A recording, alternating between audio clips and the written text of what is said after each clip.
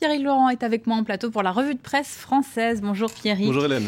Et c'est un visage blond presque enfantin qui fait la une de nos journaux ce matin. François Gabard, un skipper hors norme. Et oui, regardez cette une du journal L'Équipe. François Gabard, main levée, les larmes aux yeux. Le skipper français a réussi un exploit hier en bouclant le tour du monde à la voile en solitaire en seulement 78 jours, 2 heures 16 minutes et 40 secondes précisément.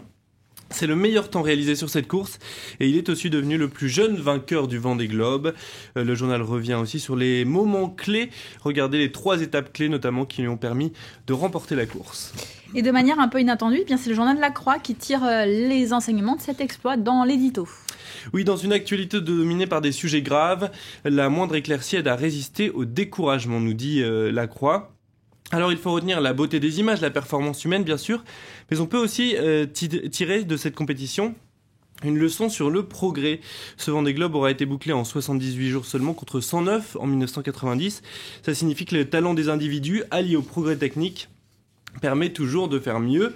Morale, chacun le will love peut y trouver un stimulant afin de travailler à des progrès utiles au plus grand nombre.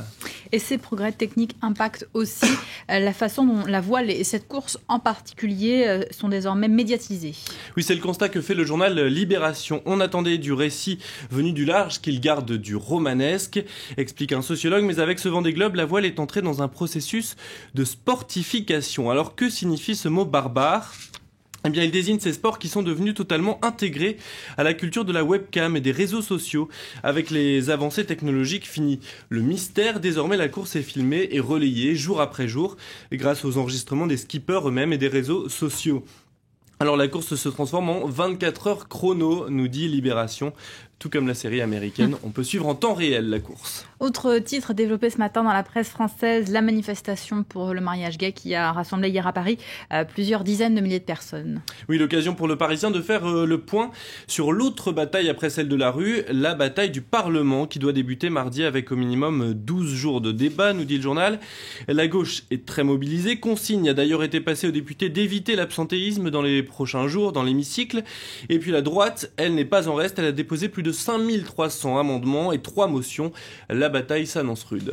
Et toujours à propos du mariage pour tous, c'est bien Le Figaro, lui, s'attarde sur ces socialistes qui ont des doutes. Oui, le titre de l'article laisse d'ailleurs penser que certains élus ont des doutes sur le bien fondé du projet. En réalité, Le Figaro montre que c'est sur le terrain que ça se joue. Le mariage pour tous ne fait pas toujours recette. Selon plusieurs secrétaires de section locale du PS, eh bien, les militants, eux, n'ont qu'un mot à la bouche, l'emploi. Le mariage pour tous n'est donc pas vraiment une priorité. Alors Harlem Désir, premier secrétaire du PS, reconnaît d'ailleurs que la mère des batailles, eh bien celle contre le chômage, mais il souligne, en 1997, on n'a pas demandé aux Français de choisir entre le Pacs et les 35 heures. Nous donnerons aux Français et les emplois d'avenir et le mariage pour tous. On en vient maintenant à la guerre au Mali avec une question posée par un philosophe dans Libération. Quelle idéologie se cache derrière la décision française d'intervenir ? Oui, est-ce du Bush à la française, se demande le philosophe Tzvetan Todorov. Alors il rappelle que le néoconservatisme a été invoqué lors des précédentes guerres en Irak, en Afghanistan ou en Libye. Selon cette doctrine, il faut donc intervenir par la force dans des pays étrangers pour y éradiquer le mal et imposer le bien.